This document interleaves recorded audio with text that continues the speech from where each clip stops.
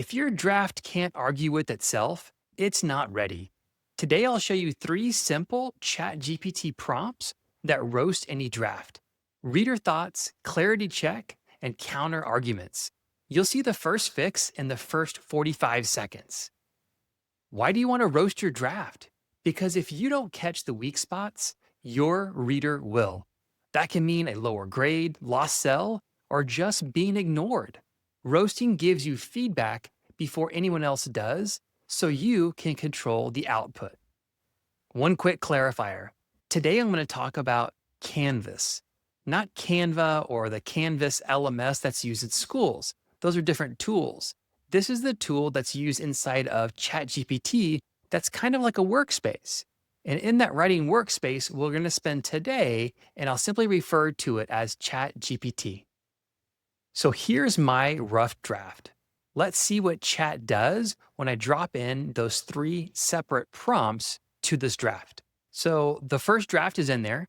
And one of the things that you want to do is you go over here and you're going to choose Canvas. And I'm simply going to hit enter.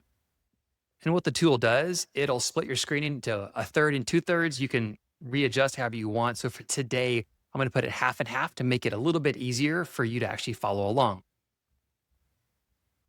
So here I dropped a simple prompt and I just want feedback. I want to know if we know what's confusing, what's strong, what needs help, and that's it. And so what you'll notice right away is that's exactly what the tool did. So it gave me the feedback on the right-hand side, and you'll notice that there are these comment bubbles. And there's a bunch of them over here. And look at the first one, good opening point, but cause they help learning in lots of ways is vague. And it says, hey, give some other examples instead. So I can click where it says apply. And what the tool is going to do is fix that first sentence that it was referring to.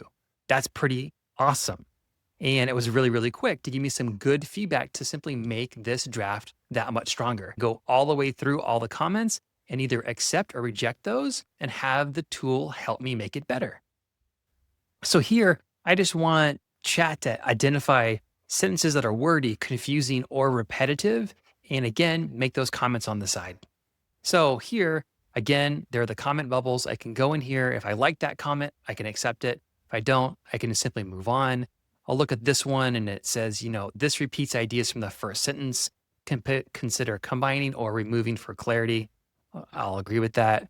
And what it's going to do is going to actually rewrite that one sentence, that one comment. And that's what it did. It's making this draft that much stronger so that as I move forward, it's simply a better piece of writing. And so here, I want the tool to actually disagree with me, find reasons why what I've said maybe isn't true, and to help me write something that's going to be stronger. So I want to anticipate some of the arguments that others might have when they read this. And so it did it for me. And I'll look at just one of these comments. We'll look at this one right here, and it says, some might say it's unrealistic to expect all students to self-regulate. Could schools enforce device controls instead? I think it's a really good counter argument, and I think it's a good one to consider.